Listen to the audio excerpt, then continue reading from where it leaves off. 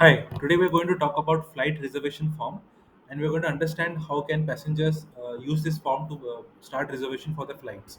So basically in this form we have few details like the passenger name, the date of birth, the gender, the flight number, the city and all the information that you would specifically need from the passengers. What we're going to do is we're going to click on share form and click on copy form link and we're going to provide this exact link to the passengers who are going to book a reservation for their flights. So once the passenger sees this entire form, they can fill it out. So I'm just going to randomly fill in some details over here as we are going to do this video. And I'm going to put the flight number, the departure city, departure date and time, arrival city, arrival date and time, and also the booking class. Okay. And once I click on submit, you can see the response has been submitted right now.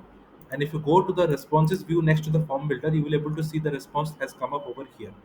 So all the passengers who are going to book for any flights, they can use this form to submit their responses, and everything will be captured to the responses view. So this is how you can take help with this particular form. Obviously, all the fields are editable, and you can customize this as per your own requirement. You can even add more fields if you intend to do so, or you can use existing fields for the purpose. I also want to talk about a new tool, PDF Output, which helps you generate PDF documents in bulk. It utilizes a Google document as a source of template file. So you can edit the document for the PDF requirement that you might have. And then you can use a Google Sheet or a Notion database, which holds the source of the information that you want to replace in the Google document. So with the help of these two things, you will be able to generate documents in bulk.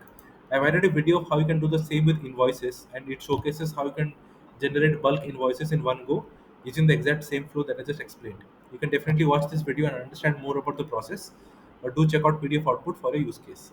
If you have any queries, please reach out to me at notion for my use at gmail.com. This is where I will be able to assist you with any specific requirements or any queries for your needs. Thank you for watching this video. Have a great day.